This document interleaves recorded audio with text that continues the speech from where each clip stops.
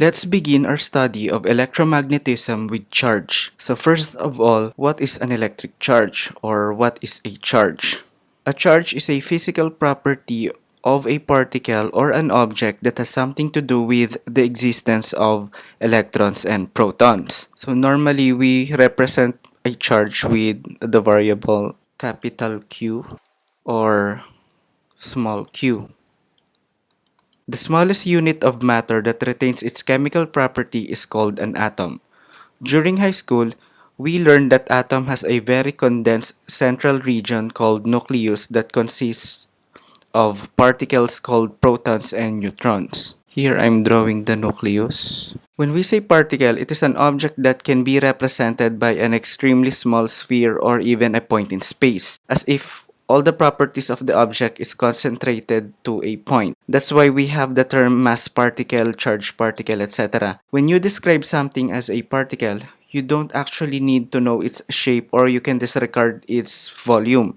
The important thing is it possesses a physical property and that property is assigned to a coordinate in space. Now going back to the atom, the nucleus is surrounded by another particle called electron. The reason why an electron does not wander away from the nucleus is that both electron and proton have charge. A proton has a charge of positive.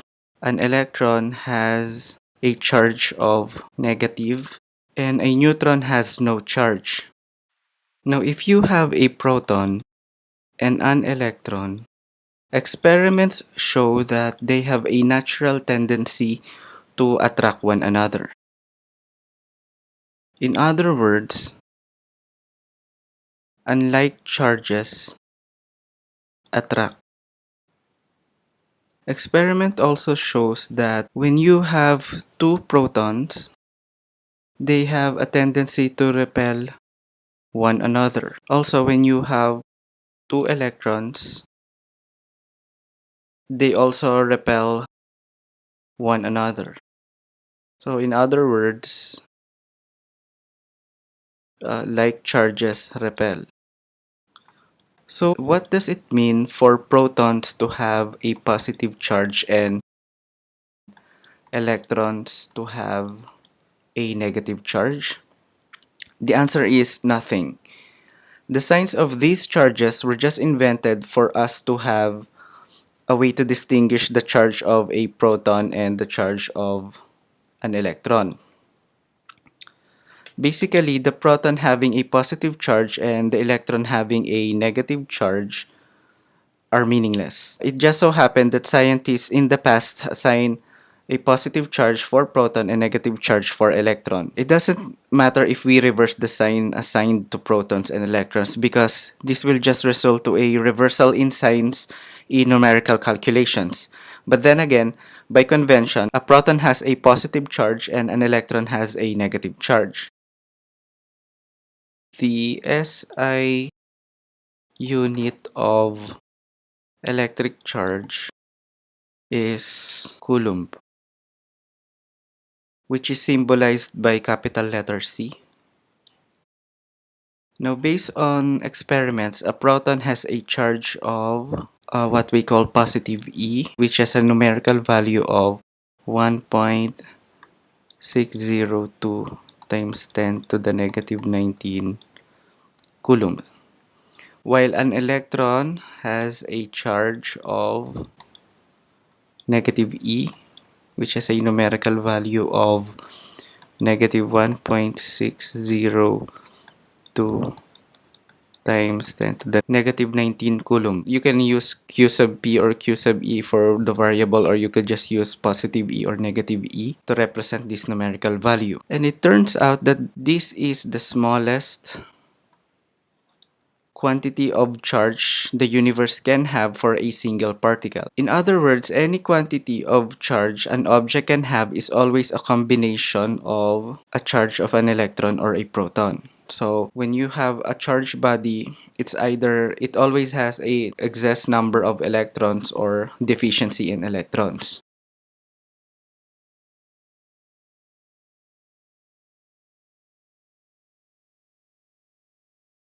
By the way, When we say atom, we actually mean that its charge is neutral. In other words, the number of protons is equal to the number of electrons.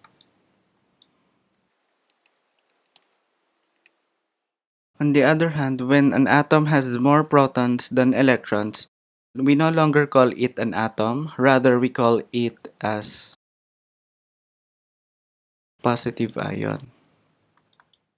When an atom or molecule contains more electrons than protons, we call it negative ion. Now consider an atom with lots of electrons. Apparently, this lone electron has a very weak grip on its orbit because it is almost being shielded by these inner orbital electrons. The outer shell electron, or valence electron as chemists call it, is still attracted towards the nucleus, but its attraction is weaker compared to the inner shell electrons. Valence electrons are usually electrons that participate in chemical bond formation to form molecules or compounds. When you supply this valence electron with an additional energy, they can be easily knocked off from their orbit and participate in a conduction process. In such case, we now call this as conduction electron. When you supply this with additional energy, it transfers to a conduction band, and when it is in the conduction band, it can participate in a conduction process. When a material is made up of atoms with lots of conduction electrons, we call such material as a conductor. Conductors are materials whose atoms possess loosely bound outermost electrons. On the other hand, insulators are materials that do not possess conduction electrons. When excess charge is added to insulators, it usually remain intact and do not move freely throughout the material. Consider a neutral charge conducting sphere. When we say neutral, it has equal amount of protons and electrons, and it is being supported by an insulator. Now, if we position a positively charged glass rod near to the same conducting sphere, the positively charged glass rod attracts the electrons from the neutral conducting sphere, leaving behind the positive charges on the other side of the sphere. So the repositioning of conduction electrons results to an overall positive charge region and a negative charge region. Let me redraw this figure on the other side. If we put a thin wire on this side to the ground, remember that the ground or the planet Earth has an enormous supply of electrons. So basically, since this is positive, it will attract some electrons from the ground, and this region becomes negative or will be populated with electrons. And then we remove this wire from the ground and then remove this glass rod. So apparently this process results to an induced negative charge. Notice that we started from a neutral charge conducting sphere, and then through this process we are able to create a sphere with an excess negative charge. So the process we have carried out is called charging by induction. Let's suppose we have two charged bodies, Q sub 1 and the other body with charge Q sub 2. How do we quantify the interaction between the two charged bodies? Remember that if both of them have the same charge, they will experience a repulsive force from each other, and if they have opposite charge, they will experience an attractive force towards each other. So how do we quantify the interaction between these two charged bodies? What is the equation governing this interaction? Now the answer to this is a relationship called Coulomb's law.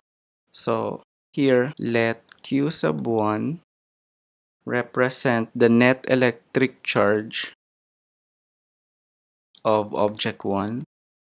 Q sub 2 represent the net electric charge of object 2. And R sub 1 to be the vector displacement between object 1 and object 2. If these two objects are point particles, it's easy to measure r sub 1, 2, or the radial distance between them. But if you have an extended object or an object with a volume, a non-zero volume, and you can just assume that they are homogeneous, meaning to say the density of the material has a single value. So for example, Q sub 1, you just need to locate its geometric center, for example, this one. And for Q sub 2, you just need to locate its geometric center, and R sub 1, 2 is the distance between their geometric centers. The force of interaction between the two charges is directed towards the line joining their geometric centers. If these two objects have same charges, then they will experience repulsive force, and this repulsive force is directed along the line connecting these geometric centers. So I can draw it like this.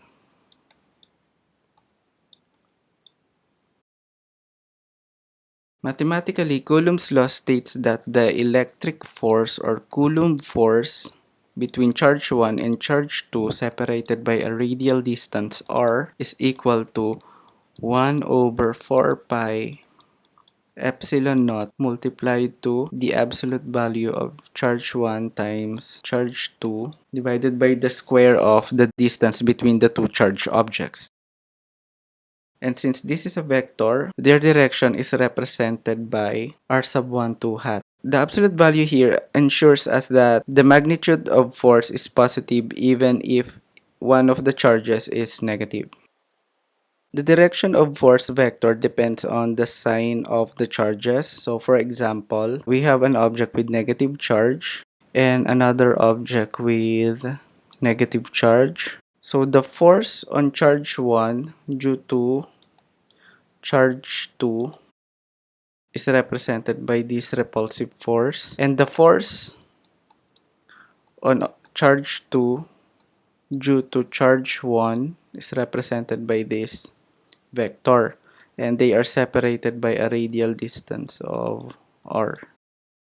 On the other hand, when the two objects have opposite charge, for example, charge 2 has a positive charge and charge 1 has a negative charge, then they will experience an attractive force. So the force on object 1 due to object 2 is represented by this vector, and the force on charge 2 or object 2 due to charge 1 or object 1 is represented by this vector.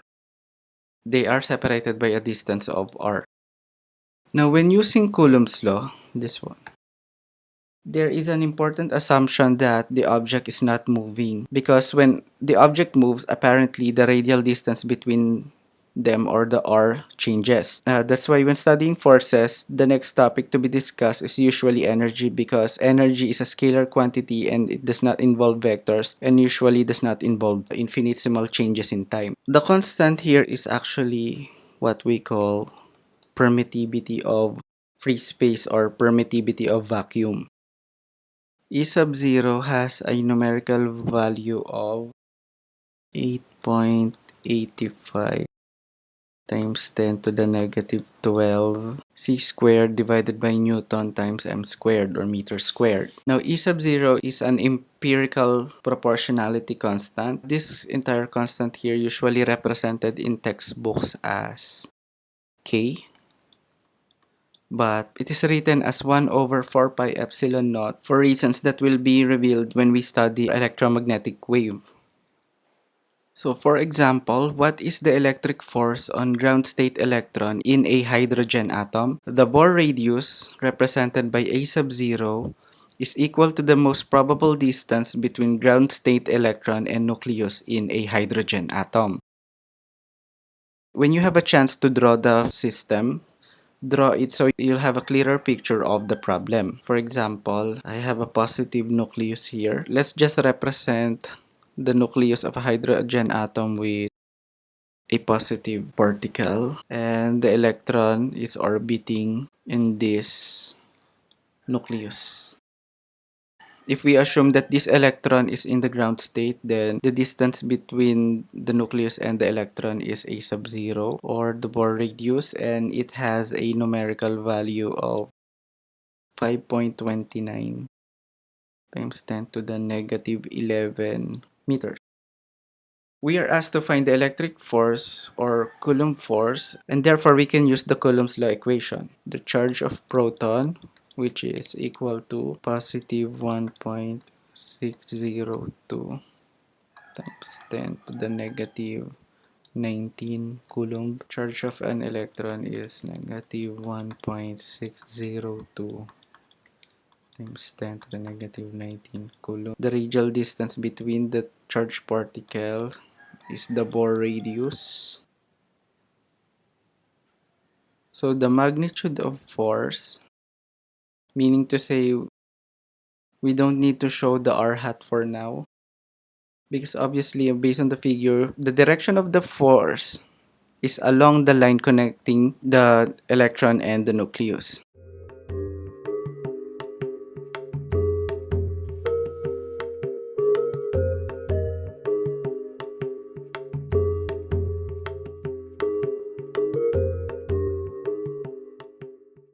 Plugging in the values, the magnitude of force is equal to 8.25 times 10 raised to negative 8 Newton.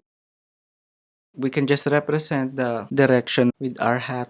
Again, the r hat here represents the direction of force, that is an attractive force, and it is along the line joining the electron and the nucleus. If the electron charge is positive, then we have a repulsive force, but the magnitude of the force is the same. Please subscribe to my YouTube channel. Thank you for watching.